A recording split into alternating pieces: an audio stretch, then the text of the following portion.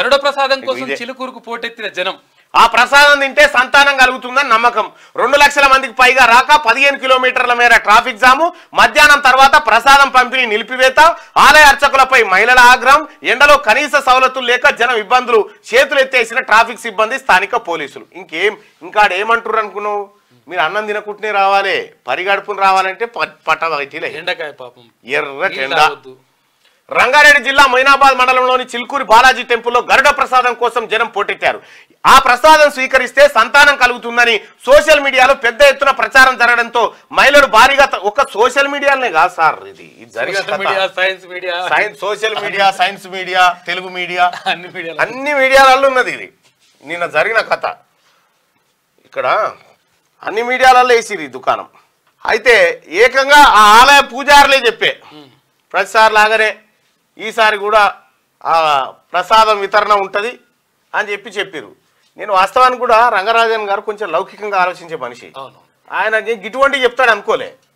మరి ఆయన ఏ సందర్భంలో చెప్పాల్సి వచ్చింది ఏం కథ అనేది తెలియదు. కానీ మొత్తానికైతే పబ్లిక్ను మాత్రం పరేషాన్ చేసి పారేసారు 2-3 లక్షల మందిని.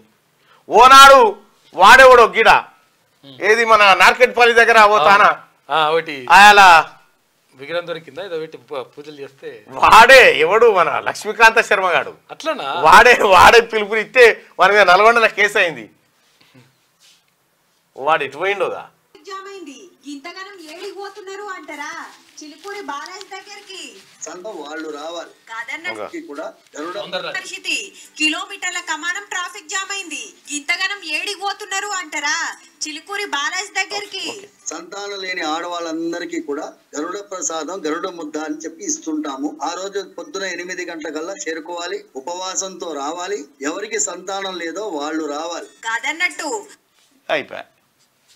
ఇక వీళ్ళు చెప్పంగానే ఎవరికైనా పిల్లలు అంటే ప్రీతి ప్రేమ ఉంటుంది.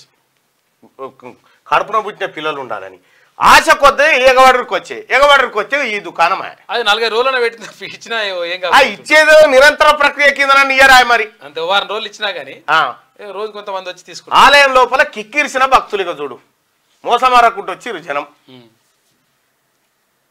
అయితే వాస్తవానికి కూడా పిల్లలు కాని వాళ్ళకి ఇంతమంది ఉన్నారా? ఉండొచ్చు, ఉంటారు. ఎందుకంటే దీనిపైన ప్రభుత్వం ఒక ప్రత్యేక దృష్టి పెట్టాలి. హెల్త్ డిపార్ట్మెంట్ ఇంతమందికి పిల్లలు కాకపోవడం ఏంది? ఈ ఫోన్లు వీళ్ళు అంతా కొంచెం బాగా ప్రాబ్లం ఇస్తుంది.